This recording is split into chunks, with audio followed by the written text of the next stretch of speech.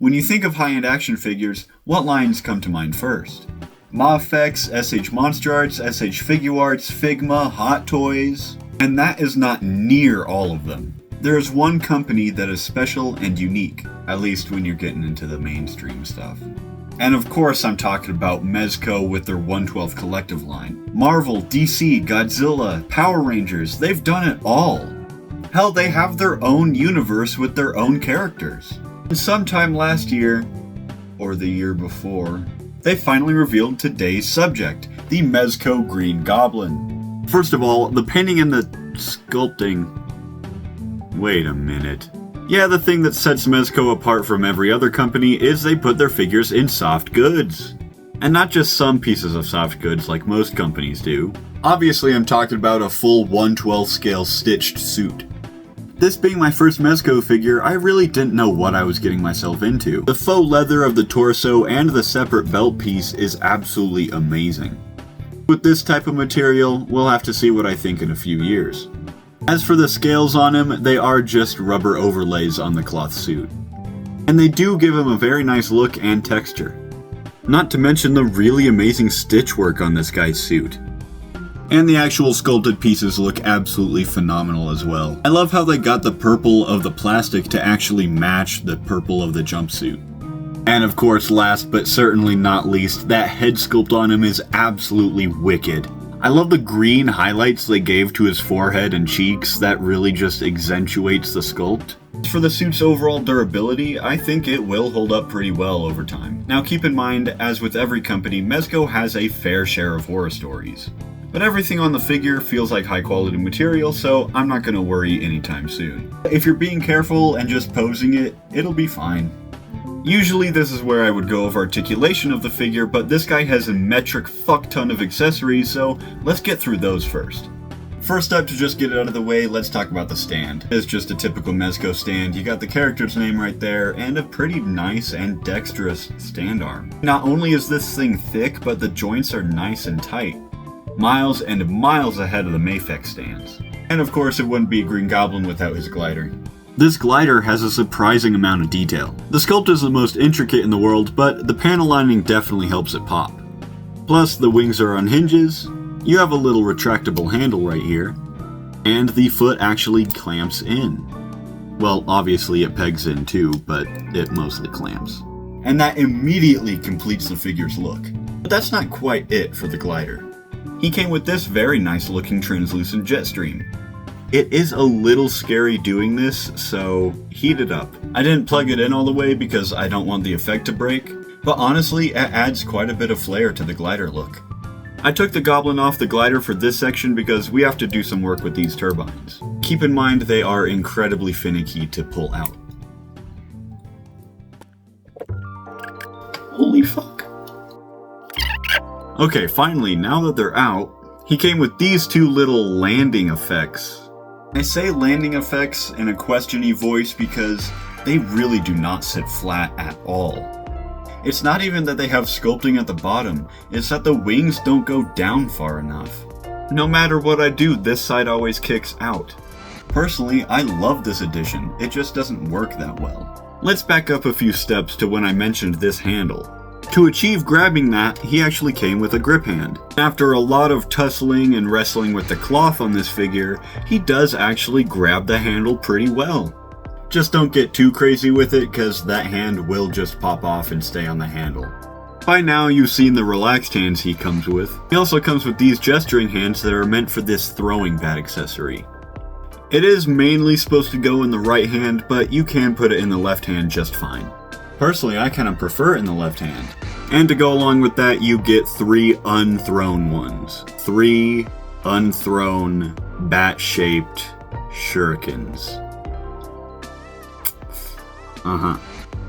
Back on the subject of hands, he comes with these splayed out hands. And he comes with a slightly different splayed out hand, only for the right side. Of course, no bad guy is complete without pointing fingers. Or I guess pointing fingers that also blast sparks.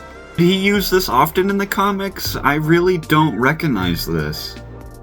you can't call yourself a true supervillain until you fist the good guy. And last but not least, at least for the pairs of hands, he comes with these two open, kind of clasping hands. And of course, those are to hold his signature pumpkin bombs. He comes with 3 sculpted like this, and 3 sculpted like this. My favorite of the 2 sculpts being the more mean looking one. But that's not it, he comes with 2 other smoke bombs, one that has a flame and one with just smoke. The smoky one is the smiling pumpkin sculpt, and the flamed up one is using the evil sculpt. Of course, Mezco is no slouch. And sadly, all of these throwing effect hands are only for the right side. I really love the pumpkin bomb one, but it's just sculpted at an awkward angle. But by far my favorite throwing accessory is the frog. This is probably my favorite accessory that comes with this figure. What the fuck? And the sculpting on it is absolutely phenomenal. Now, you don't go around throwing frogs at people with a straight face. So Mezco threw in some absolutely stunning head sculpts.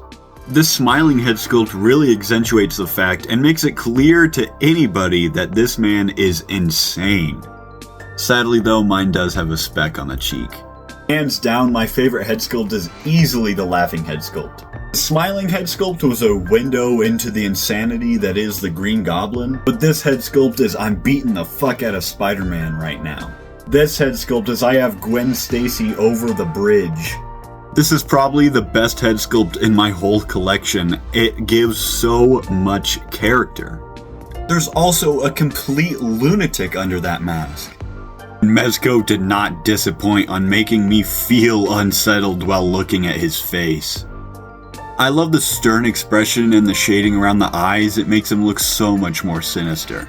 And the second Norman head sculpt is even better than the last. They did an absolutely stellar job at this expression.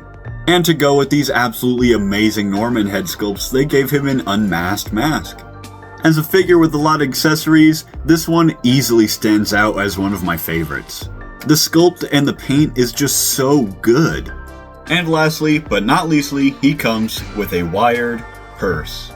Taking a closer look at it, it is magnetized in the front so you can open and close it. The buckles they used for the strap and the lid are metal. And again, the stitchwork here is just awesome. That was the final accessory of this figure, and it definitely completes the look. Now with all of the accessories finally out of the way, let's just talk about his amazing articulation. Despite the cloth bunching up the joints, this guy's mobility isn't hindered at all. The reason I wanted to talk about the accessories first is because they severely enhance the enjoyment of the articulation. I've honestly had nothing but a blast taking pictures of this guy. Does Green Goblin need to be doing poses like this? Probably not. To me, it's just really nice that I can get him into a pose like this. I'd say the only problem area is the diaphragm joint. You do kinda have to crank it a bit if you want it to turn and stay turned. Even though that does hinder articulation a bit, that doesn't mean this guy isn't nimble. This figure is probably one of the most dynamic in my whole collection, and I have some pretty dynamic shit. Overall, I think this Goblin is easily the best Goblin of all time. To be honest, ever since I got this Marvel Legends Green Goblin, I've been waiting for a day when I can get a truly great Green Goblin. I know that these two are on the opposite side of the spectrum in terms of price range, at least when they came out, but nowadays you're basically going to be paying what you'd pay for a Mezco Green Goblin to get this one, so why not just get the Mezco and say fuck that? Not only that, but he fits in pretty well with Marvel Legends, which is what I mainly collect. Plus, he has some of the best accessories and most accessories of any figure in my collection. Personally, I would have liked to see some scientific accessories like they did with their Morbius. I think they should have given him lab equipment or tools or something like that. But I found workarounds for that small issue. Would I recommend this thing? Absolutely I would. If you collect Spider-Man, if you collect Marvel, if you collect superheroes, if you collect action figures in general, you owe it to yourself to get one of these.